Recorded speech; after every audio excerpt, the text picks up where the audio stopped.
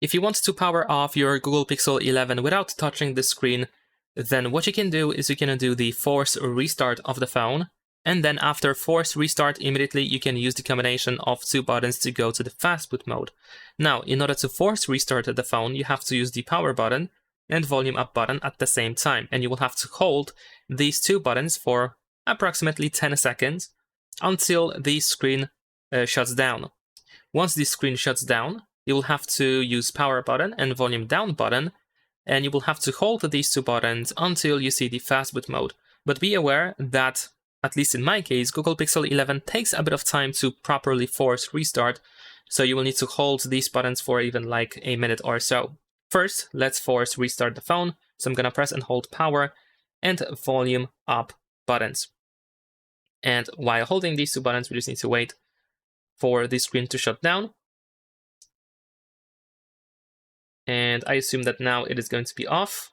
I can still slightly see it. There we go. Now it's off, so we're gonna switch to the power and volume down button. And there we go. And like I said, it might even take a minute or so before the phone turns back on. You just have to be patient and just keep holding these two buttons. So just let's patiently wait until we open the fast boot mode. But soon we should be able to see it. There we go. So this is now the fast boot mode. And in here, we navigate by using volume buttons. So you want to use either volume button to find the power off option, which usually is displayed after pressing the volume up button once. And then once you see power off, just press the power button to completely shut down the phone. And there we go. Now I'm gonna also power it on to see if we go back to the fast boot mode.